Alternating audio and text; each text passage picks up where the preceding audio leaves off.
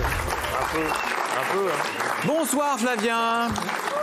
Pour votre dernière intervention de l'année 2023, vous avez décidé de parcourir l'histoire de la CAN pour essayer de déterminer qui pourrait être la star de la compétition à venir. Cap sur 2024, en route pour la CAN, la 34e. En Côte d'Ivoire, c'est une nouvelle fois l'occasion de sacrer un pays et de célébrer le meilleur joueur, le MVP. Celui qui se démarque, qui sublime la compétition. Dans l'histoire, certains étaient attendus, d'autres moins. Des profils divers et variés. D'abord, la pépite, jeune au fort potentiel. Il se montre à la hauteur de la CAN et confirme les espoirs placés en lui. Le regretté Christian Atsu est la révélation de 2015. À 23 ans, le gaucher explose et propulse son Ghana jusqu'en finale. La défaite contre la Côte d'Ivoire n'efface rien. Atsu marque les esprits et des buts. Doublé face à la Guinée équatoriale, pays hôte, un chef-d'œuvre. Techniquement, le genou. Et derrière ça colle. Le pied gauche. Ouh, l'a frappé directement. Oh, quel but exceptionnel. Yatara battu par le geste incroyable d'Atsu. C'est le but du tournoi. Après la pépite, l'opportuniste. On ne l'attend pas, on ne le connaît pas, mais on ne l'oublie pas. C'est encore un Christian, Bassogog cette fois, camerounais. Première CAN en 2017, dans une équipe en reconstruction.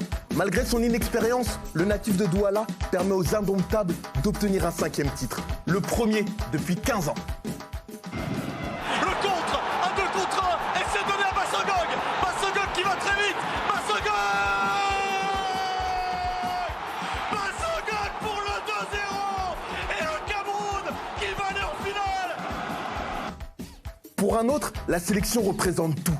Gagner une CAN avec un pays qui ne fait pas partie des favoris, c'est l'occasion d'écrire sa légende. Sur un seul tournoi. Visionnaire. On le surnomme Chris. Encore Christian? Non, Christopher Katongo. En 2012, le capitaine de la Zambie d'Hervé Renard surprend la Côte d'Ivoire. Et les Zambiens qui vont tenter leur chance avec ce nouveau ballon dans la surface. Le centre avec ce retourné, la tête et le but. Oh, l'égalisation de la Zambie. 2 buts partout maintenant. On se régale dans ce match très très prolifique. Et c'est un but du capitaine Christopher Katongo.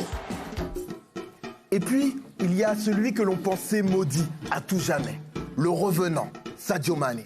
Battu par l'Algérie en 2019, on assiste au comeback du Lion. Et pourtant, pénalty loupé d'entrée face à l'Égypte en finale. On craint le pire, mais Mané conjure le sort. Il faut attendre les tirs au but. En jeu, une première Coupe d'Afrique pour le Sénégal. Sadio Mané, la course d'élan de Sadio Mané.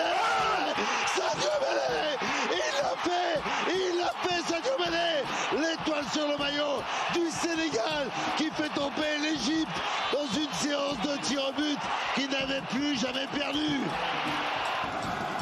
Enfin, il y a le taulier. On le connaît, il ne nous déçoit jamais, mais il lui manque cette épopée pour s'asseoir à la table des grands. Le Burkinabé, Jonathan Pietroipa l'a bien compris.